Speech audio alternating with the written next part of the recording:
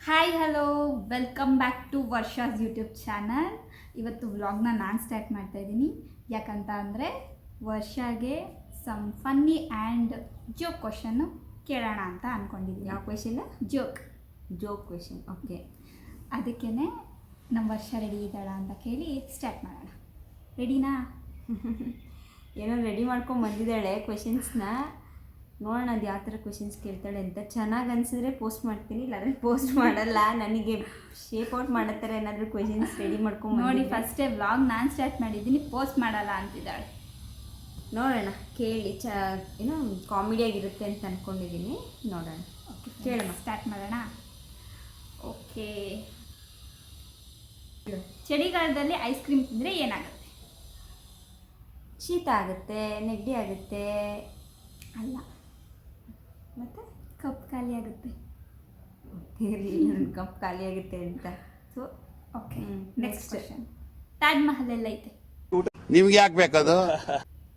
ತಾಜ್ ಮಹಲ್ ಆಗ್ರಾದಲ್ಲಿದೆ, ಬಟ್ ಇವಳೇನೋ tricky questions ಅಂದವಳಲ್ಲ. ಭೂಮಿ ಮೇಲೆ ಅಲ್ಲ, ಮತ್ತೆ ಕಟ್ಟಿರೋ ಜಾಗದಲ್ಲಿ. ಓಕೆ, 2 ಮ್ಯಾಂಗೋಸ್ ಇರುತ್ತೆ. 2 ಮ್ಯಾಂಗೋಸ್ನ 3 ಮೆಂಬರ್ಸಿಗೆ ಶೇರ್ ಮಾಡಬೇಕು. ಹೆಂಗೆ ಶೇರ್ ಮಾಡ್ತೀಯಾ? ಕಟ್ ಮಾಡಿ ಶೇರ್ ಮಾಡ್ತಾರೆ. ಅಲ್ಲ. ಇಲ್ಲಾಂದರೆ ಗೊತ್ತಿಲ್ಲ. 2 ಮ್ಯಾಂಗೋಸ್ ಇರುತ್ತೆ, 3 ಜನಕ್ಕೆ ಜ್ಯೂಸ್ ಮಾಡಿಕೊಡ್ಬೋದಲ್ಲ.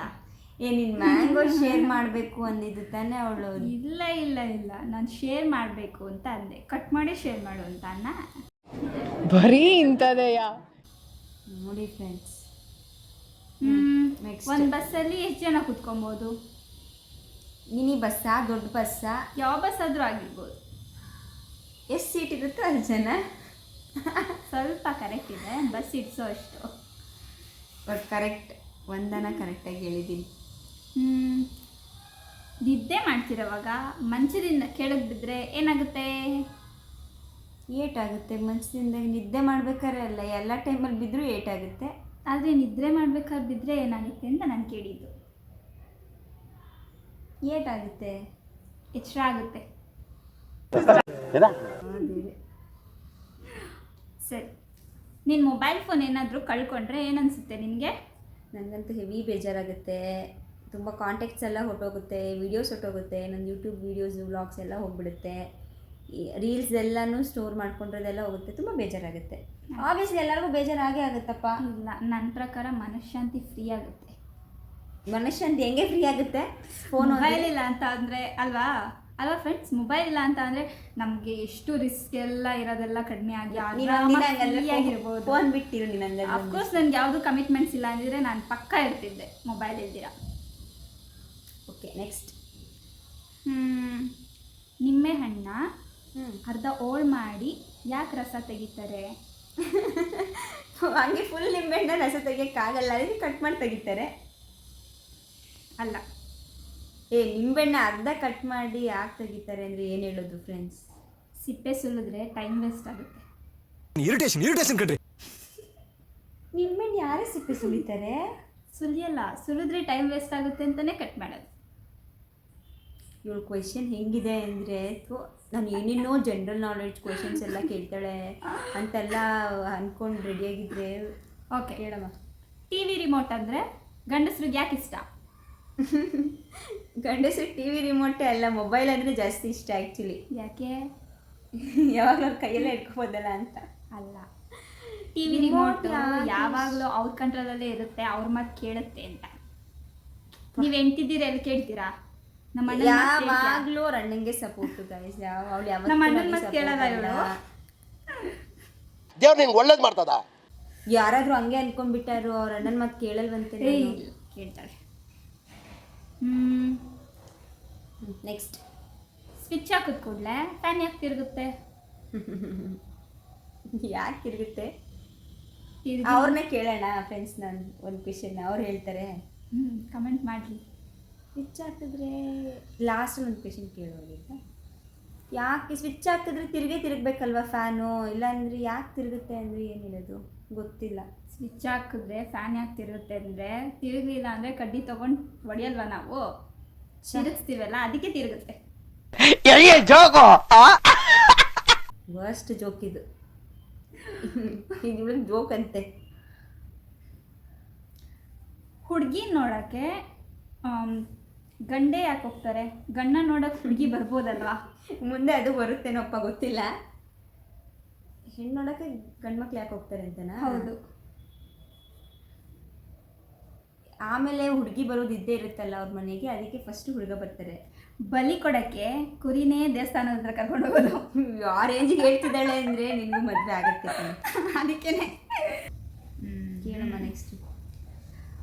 ನೆಕ್ಸ್ಟ್ ನೀನು ಕೇಳು ನನ್ನ ಯಾವುದಾದ್ರೂ. ನಾನು ಕೇಳ್ತಿದ್ದೀನಿ. ನನಗಳು ಮುಂಚೆನೇ ಹೇಳಿದ್ರೆ ನಾನೆಲ್ಲ ರೆಡಿ ಮಾಡ್ಕೊಂಡು ಬರ್ತಾ ಇದ್ದೆ.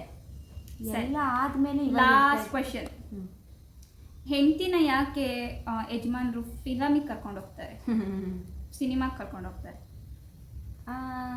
ಟೈಮ್ ಸ್ಪೆಂಡ್ ಮಾಡೋದಕ್ಕೆ. ಮನೇಲಂತೂ ಅವ್ರು ಸಿಗಲ್ಲ, ಆಫೀಸ್ ಅಂತೆ ಕೆಲಸ ಅದು ಇದು ಅಂತ ಬ್ಯುಸಿ ಆಗಿಬಿಡ್ತಾರೆ. ಅದಕ್ಕೆ ಒಳ್ಳೆ ಟೈಮ್ ಸ್ಪೆಂಡ್ ಮಾಡೋಣ ಅಂತ ಕರ್ಕೊಂಡು ಹೋಗ್ತಾರೆ. ಇಲ್ಲ, ನೀವು ಹೆಂಡ್ತಿರ್ ಮನೇಲಿ ಮಾತಾಡ್ತಾನೆ ಇರ್ತೀರಲ್ಲ, ಫಿಲಮ್ಗೆ ಹೋದ್ರಾದ್ರೂ ಸೈಲೆಂಟಾಗಿ ಕೂತ್ಕೊತೀರಾ ಅಂತ ಕರ್ಕೊಂಡು ಹೋಗೋದು. ಗೊತ್ತಾಯ್ತಾ? ಗುಗ್ಗೆ ಪಗ್ಗೆ ಇದ್ರೆ ನೀಟಾಗಿ ಕೇಳೋದೇ ಇಲ್ಲ. ಏನಂದೆ ಇನ್ನೊಂದ್ಸಲ ಹೇಳು. ಇವಳೇನು ಹಂಗೆ ಆ್ಯಕ್ಚುಲಿ ಹೇಳಬೇಕಂದ್ರೆ ನನಗಿಂತ ಒಂದು 50% ಜಾಸ್ತಿ ಇವಳೇ ಮಾತಾಡ್ತಾಳೆ.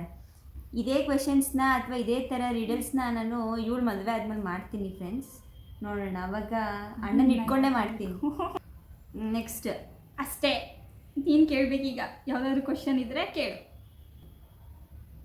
ನನ್ನ ವ್ಲಾಗ್, ನಮ್ಮ ವರ್ಷನ ವ್ಲಾಗ್ ಈ ಕ್ವೆಶನ್ಸ್ ಮುಖಾಂತರ ಮುಗಿದಿದೆ. ಮುಗಿಸೇ ಬಿಟ್ಲು. ಕೇಳೋ ಕ್ವೆಶನ್ ಅಂದ್ಬಿಟ್ಟು ಮುಗಿಸೇ ಬಿಟ್ಲು. ಒಂದು ಕ್ವೆಶನ್ ಅವ್ರಿಗೂ ಕೇಳ್ಬೋದಿತ್ತು ತಾನೇ? ಕ್ವೆಶನ್ಸು ಕೇಳು. ಯಾವುದು? ಓಕೆ, ನಮ್ಮ ವ್ಯೂವರ್ಸ್ಗೆ ಒಂದು ಕ್ವೆಶನ್ ಕೇಳ್ತೀನಿ. ಕಾಯಿಸಿದಾಗ ಘನ ವಸ್ತು ಆಗುವ ಒಂದು ದ್ರವ ವಸ್ತು ಯಾವುದು?